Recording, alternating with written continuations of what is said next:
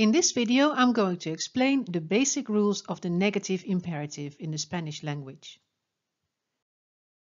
First, let's see what a negative imperative is. Then I'll discuss the form. And finally, we will have a look at some verbs with an irregular negative imperative. A negative imperative is telling someone not to do something. In English, we use don't plus an infinitive. Some examples: don't smoke in here, don't go upstairs, don't forget to call me, and don't open the window. I assume you watched my video on the affirmative imperative first, so I will skip the part about the full forms and I will start directly with the negative imperative of the to form, the you informal. Now, the way I used to remember this one was with help of a little mnemonic. You take the present tense and then change the A into an E and the E into an A.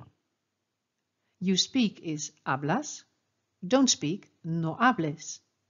You eat is comes, don't eat, no comas. And you write, escribes, don't write, no escribas. Now the usted form is very simple, because both the affirmative and negative imperatives have exactly the same form. That is, with the addition of the word no, of course.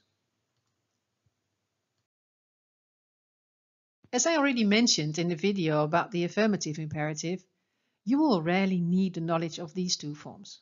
So my advice would be to focus on the to and the usted form instead. But of course, I didn't want to keep them from you.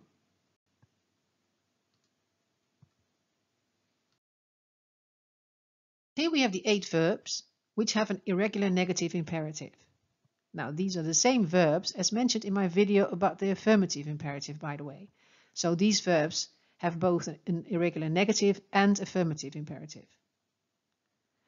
Decir, no digas. Hacer, no hagas. Ir, no vayas. Poner, no pongas. Salir, no salgas. Ser, no seas. Tener, no tengas. Venir, no vengas. So now you know what the negative imperative is, the forms, and that there are 8 verbs with an irregular negative imperative.